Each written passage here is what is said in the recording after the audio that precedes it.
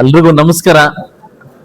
ಇವತ್ತು ನನ್ನ 44 ವರ್ಷಗಳ ಇತಿಹಾಸದಲ್ಲಿ ಇವತ್ತೊಂದು ಸುದಿನ ಅಂತ ನಾನು ಎಕ್ಸ್ಪೆಕ್ಟ್ ಮಾಡ್ತೀನಿ.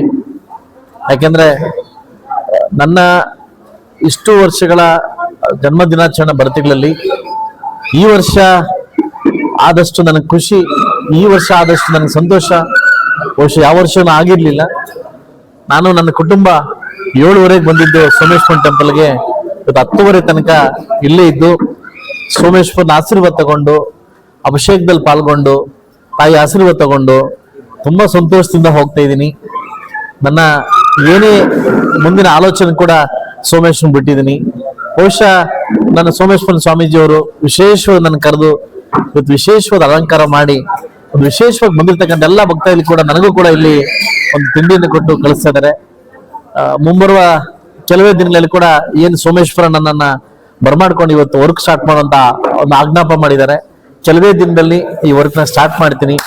ಇವತ್ತು ನನಗೆ ಇವತ್ತು ಸ್ವಾಮೀಜಿ ಕುಟುಂಬ ತೋರಿಸಿರ್ತಕ್ಕಂಥ ಪ್ರೀತಿ ಅಪಾರವಾಗಿದ್ದು, ರಾತ್ರಿಯಿಂದ ಕೂಡ ಸಹಸ್ರ ಸಂಖ್ಯೆಯಲ್ಲಿ ಬಂದು ನನ್ನ ಹುಟ್ಟುಹಬ್ಬನ ಆಚರಣೆಯನ್ನ ತುಂಬಾ ಅದ್ದೂರಿಯಿಂದ ಅರ್ಥಗರ್ಭಿತ ಮಾಡಿದ್ದಾರೆ.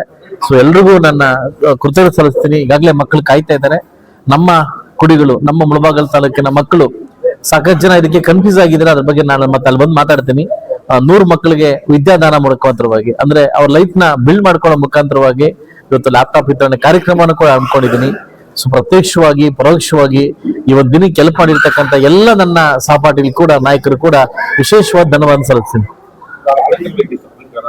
ನಾನು ಹೇಳ್ತಾ ಇಲ್ವಾ, ನನ್ನ 44 ವರ್ಷಗಳ ಇತಿಹಾಸದಲ್ಲಿ ಫಸ್ಟ್ ಟೈಮ್ ನಾನು ಒಂದು ದೇವಸ್ಥಾನದ 4 ಅವರು ಕೂತ್ಕೊಂಡು ದೇವರಿಗೆ ಅರ್ಪಿಸಿದ್ದು, ಇಡೀ ನನ್ನ ಕುಟುಂಬ ಕೂತ್ಕೊಂಡು ಅರ್ಪಿಸಿದ ದಿನ. ಯಾವತ್ತು ನನ್ನ ಚಿಕ್ಕ ಮಗ ಇರಲ್ಲ, 1 ಅವರ್ ಮೇಲೆ ಇರಲ್ಲ. ಸೊ ಅವನು ಕೂಡ 4 ಅವರು ನಮ್ಮ ಜೊತೆ ಕೂತ್ಕೊಂಡು ದೇವರಲ್ಲಿ ನಾವು ಪಾತ್ರರಾಗಿ ನನ್ನ ಮುಳಬಾಗಲ್ ತಾಲೂಕಿನ ಕಾಯಕ ಇವರು. ಯಾಕಂದ್ರೆ ನಾವೇನೇ ಕಷ್ಟ ಬಂದು ಸೋಮೇಶ್ವರ ಅಂತ ಬರ್ತೀವಿ. ಸೊ ಎಲ್ಲವನ್ನೂ ಹೇಳ್ಕೊಂಡಿದ್ದೀನಿ, ಕಷ್ಟ ಸುಖ ಮುಂದೆ ಧೈರ್ಯ ಎಲ್ಲವನ್ನೂ ಹೇಳ್ಕೊಂಡಿದ್ದೀನಿ. ಸೋಮೇಶ್ವರ ಏನ್ ಧೈರ್ಯ ಕೊಡ್ತಾನೋ, ಏನ್ ಧೈರ್ಯ ಕೊಡ್ತಾನೋ ಆ ಧೈರ್ಯ ಮುನ್ನುಗ್ತೀನಿ ಅಂತ ಹೇಳಕ್ ಇಷ್ಟಪಡ್ತೀನಿ. ಪಡ್ತಾ ಇರೋ ಬಾಧೆ ಮೇಲೆ ಕ್ವಶನ್ ಮಾಡಿ ಅವರು ಭಾವುಕರಾಗಿ ನುಡಿದ್ರು. ಅದನ್ನ ನಾವು ನೋಡಿ ನಮ್ಗೆ ತುಂಬಾ ಸಂತೋಷ ಆಯಿತು.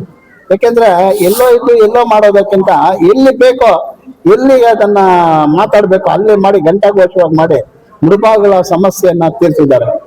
ಇವರನ್ನ ಇನ್ನೊಂದು ತರ ನನ್ಗೆ ಅಭಿಮಾನ, ಇವ್ರ ಮೇಲೆ ನಂಗೆ ಬಹಳ ಇದಾಗಿದ್ದು ಯಾವಾಗಂದ್ರೆ, ಹುಡುಗರು ಟೂರ್ ಹೋದಾಗ ಅಲ್ಲೆಲ್ಲೋ ನದಿಯಲ್ಲಿ 4-5 ಜನ ತೀರ್ಕೊಂಡಿದ್ರು ಮುರುಡೇಶ್ವರದ.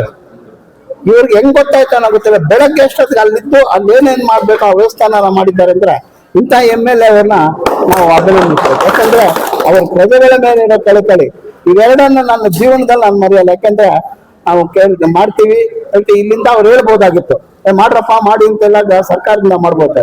ಅವ್ರು ಖುದ್ದೋಗಿ ಅಲ್ಲಿ ಏನ್ ಪ್ರಾಬ್ಲಮ್ ಆಗೋದನ್ನ ಮಾಡಿ ಆ ಹುಡುಗರ ಇದನ್ನು ಸಾಕಿ ಅವ್ರ ಮನೆಗಳಿಗೆ ಏನೇನ್ ಕಲಿಸಿ ಇವತ್ತು ಅವ್ರು ವಿದ್ಯಾದಾನ ಮಾಡ್ತಾ ಇದ್ದಾರೆ ಅಂದ್ರೆ ಅದು ಇನ್ನ ವಿಶೇಷವಾಗ ಹೊಂದಿದ್ದು. ಅವ್ರಿಗೆ ದೇವರು ಯಥೇಚ್ಛವಾಗಿ ಆಯುರ ಆರೋಗ್ಯ ಐಶ್ವರ್ಯವನ್ನು ಕೊಟ್ಟು ಎಲ್ಲವನ್ನು ಕೊಟ್ಟು ಜನಸೇವೆ ಮಾಡೋ ಭಾಗ್ಯವನ್ನು ಮತ್ತೆ ಮತ್ತೆ ಸಿಗ್ಲಿ ಅಂತೇಳಿ ನಾವು ಮುಳಬಾಗಲ್ ಜನರ ಪರವಾಗಿ ಪ್ರಾರ್ಥನೆ. Thank you.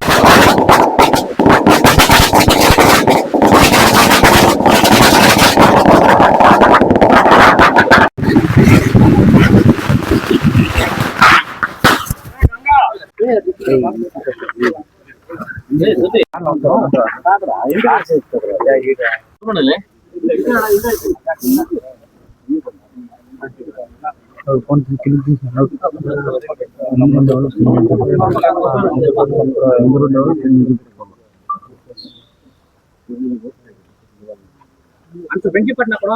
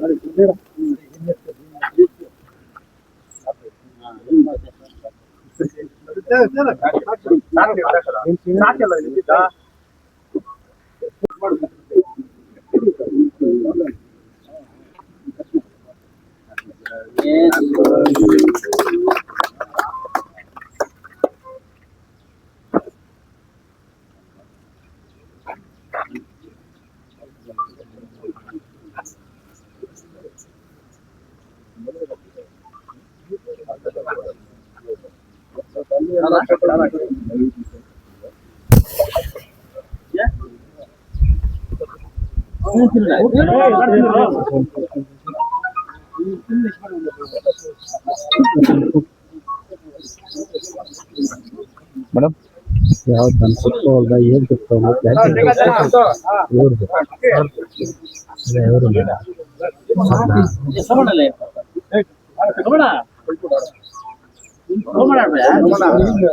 ಹಾಂ ಕಲ್ಸ್ಕೊಡ್ತೀನಿ.